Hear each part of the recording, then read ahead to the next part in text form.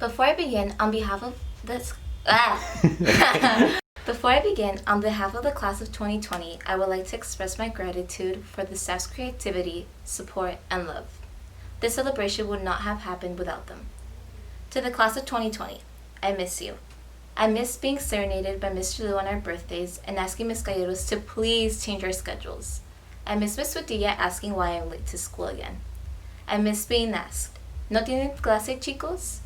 I miss ripping you guys off at the food fairs. I miss our teachers. Never thought I'd say this, but I miss school. But most of all, I miss all of you. Even though most of us are apart right now, we have years of memories to look back on that keep us together. 13 years ago, our journey together started when we walked into the classrooms of Ms. Yalamanchi, Mr. Contreras, Mr. Arellano, and Ms. Perez.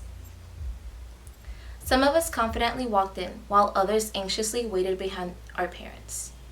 We used our High School Musical backpacks and Spider-Man lunchboxes to make friends. We spent our elementary years running to the cafeteria to secure our chocolate muffins on Friday, rushing to be the first at the tetherball poles, and playing Foursquare in what used to be called recess. As we moved on to middle school, we all went through some sort of awkward stage, whether it was learning to do our own hair, experimenting dyeing our hair with Kool-Aid, or finally outgrowing the bowl cuts. It was also our first big move away from the campus we called home for 7 years. Our weekly lunch at the park and the best menu for lunch we've had so far was a highlight of our time together. Somehow, we finally made it to high school. As freshmen, the seniors seemed so old and we felt so young. However, we felt like we were treated like adults when we had the freedom to choose our classes and electives. We began to explore our identities by joining different clubs and sports. We were constantly reminded that our 4 years of high school would fly by. And they did.